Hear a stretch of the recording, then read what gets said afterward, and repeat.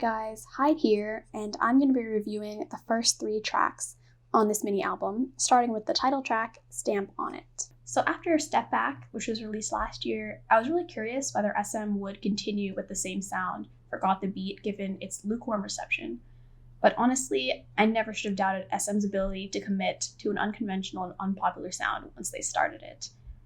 So this meant that Dem Joints is back, and sewing division amongst the K-pop community once again. Stamp on It builds on and reinforces the sonic foundations in Step Back. The most unconventional part of Stamp on It is in its structure, and I think it works both for and against the song. I enjoy how the song feels almost cyclical, where the sections don't feel like they clearly lead into one another in a clear order, but instead come after one another in a repeating sequence. Yeah, I'm not really sure if that made any sense, but that's really how I experience Got the Beat tracks. I really enjoy the bridge, where the song suddenly drops in energy back to the intro. However, I think the track takes this a little bit too far. I'm talking specifically about the weird heat change section, which appears twice in the song, once of which is right before the end. This totally throws off any sense of resolution the song had a chance of achieving, and makes the ending really jarring and unsatisfying. Overall, I believe Stamp on It is acceptable as a title track. It balances Got the Beat's quirky musical identity and is actually catchy and listenable. However, the other tracks in the album do a pretty poor job at achieving this same balance. I'm fully activated.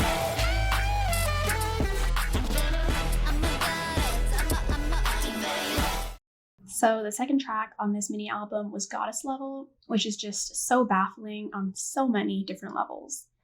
The intro starts off with a next level-esque synth, only to immediately remove it and never include it ever again for the rest of the song. Upon first listen, I was expecting it to return in the chorus to make the chorus more impactful and pack a punch, especially after the pretty decent build-up from the pre-chorus, but instead the chorus had that baffling and terrible sounding saxophone sample. The saxophone sounds like something that would play in a shitty Super Bowl commercial or something.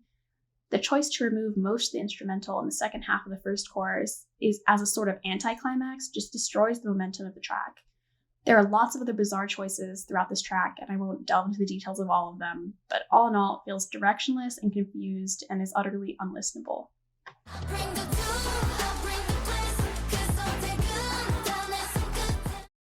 Goddess Level is followed up by Alter Ego, which is equally as disappointing, just in a different way. Where Goddess Level is random and unfocused in a spaghetti on the wall kind of way, Alter Ego is mindless and derivative, to the point where it is boring halfway through even the first listen. Its structure and development go exactly like any new 4th-gen boy group release would, with a small attempt to add a tiny bit of Got the Beat flair in the instrumental, and you know exactly where the song is going. The only element of the song which isn't a total carbon copy of what a new 4th-gen boy group would release is the chorus, which somehow manages to be even worse than the rest of the song. Beyond being just a pretty poor melody in my opinion, it doesn't really fit the rest of the song, and just like Goddess Level, sounds like some kind of shitty ad for a sports game. Alter Ego gets a slightly higher score than Goddess Level for at least being marginally listenable, but again, this felt like a track with no real creative direction or intent. I don't need to take your love. Don't you know you better go away. Hey, Jekyll here, and I'll be talking about the last 3 tracks on this EP. So after Goddess Level and Alter Ego, I was definitely not expecting to like Rose, but it's for sure the strongest song on this mini. Rose has all the elements of Got the Beat's musical identity, like sparse or empty instrumentals, lush vocal harmonies, a metallic soundscape, lots of key changes between the sections, an unconventional structure, and a quirky, super chopped up vocal sample. But it puts all of them in a totally new context compared to the rest of the album. The dubstep-like section at the end was super cool, and the fact that it feels seamlessly integrated into the rest of the track is a testament to how it develops and progresses in a way that is both earned and interesting. It definitely stood out as the most memorable and unique track, and it brings much needed variety after the first 3 songs. Also, I think the vocal performances of all the girls are really great. Obviously, Got the Beat has just unbeatable vocals. I mean, having Taeyeon and Wendy in the same group is just straight unfair. But their singing was especially commendable in this track, where the sparse instrumental meant their delivery had to carry its momentum all the way. So overall, Rose is definitely the strongest track on the album.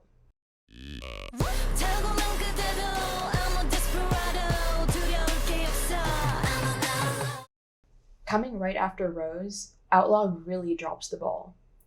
Honestly, I'm not really even sure if you can listen to this song unironically, and the super electronic yee-haw that they use throughout the song just cements that for me. Like, really, be serious, please. Outlaw has an identifiable concept that is marginally executed, which gives it some points over Goddess level. And it doesn't sound like an awful Nugu 4th gen boy group song, but it trades that for instead sounding like an NCT 127 title track reject, which I'm not sure is that much better. It also isn't helped by the fact that it's a rap-heavy song and Got the Beat is a vocal-heavy group. Outlaw has some nice moments. The vocals throughout are expectedly excellent, and the bridge is nothing short of cinematic. But overall, it really just doesn't play to the strengths of this group at all. I'll give it slightly more points than Alter Ego for not being incredibly mindless at its core, but it's still impossible to listen to. Got no shame. Yeah, the call me we gon' party till mañana. Mala isn't the best way to end this EP, but given how shockingly bad some of the other songs are, it's at least pretty good. Vocally, there's a lot of really nice interplay between the members. The individual timbres of the vocalists really shine, and I think that Boa's voice works particularly well as a huskier, darker contrast to the higher-voiced Taeyeon, Wendy, Solgi, and Winter. There are a lot of nice textures in this song, especially in sections which feature a sliding bass, plucked sounds, or that marble clicking sound. There are also some colorful chords and vocal harmonies, which makes the track interesting. The food sample is nice, but definitely a little gimmicky. The raps were unnecessary, but this is K-pop, and when are they not unnecessary, honestly? The first and second time around, the choruses are underwhelming, and I'm not really sure how I feel about the post-chorus either. The vocal riff is nice on the ears, but it feels a little out of place and quickly becomes repetitive. Personally, I feel if they had just left out the post-chorus and used the riff to transition between chorus and verse, the song would have worked better. The bridge is where I start to become interested again. The ad-libs over the third chorus can only be described as ethereal, and there's definitely something here, but for me, not enough for Mala to really stand out.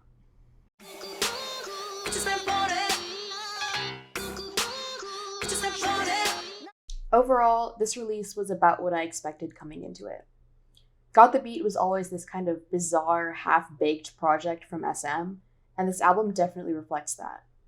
The problems with this release come from the fundamental creative direction of the group. SM doubled down on the sonic concept from Step Back for Stamp on It, and established a clear and identifiable sound for Got the Beat in 7 songs, which to SM's credit is something which many rookie groups just aren't able to do. However, it can be very discordant and is definitely adjacent to the sounds of aespa, Super M, and in particular NCT. The groups under SM blending together hurts the musical identities of all these groups and just makes Got the Beat feel like another derivative and mechanical release from SM. The star talents of the girls make the songs significantly more digestible than they are on their own merits. It's interesting that the 2 strongest tracks in the mini by far, Rose and Mala, were the slow, low-energy tracks. This shows the potential Got the Beat soundscape has when not forced into the tropes SM holds for many of its groups. I know it's unlikely, but I hope that SM is able to correct course with Got the Beat and adjust their concept and sound. As an SM stan, I'm absolutely elated that all of these talented adults are in a group together, but to fully take advantage of it, SM needs to create a distinctive sound and identity that allows the group to stand by itself instead of relying only on star power and on company stands. So basically, our TLDR, Rose and Mala will be added to playlists, and maybe Stamp on It if we're feeling generous, but everything else will be quickly and gladly forgotten. Peace out.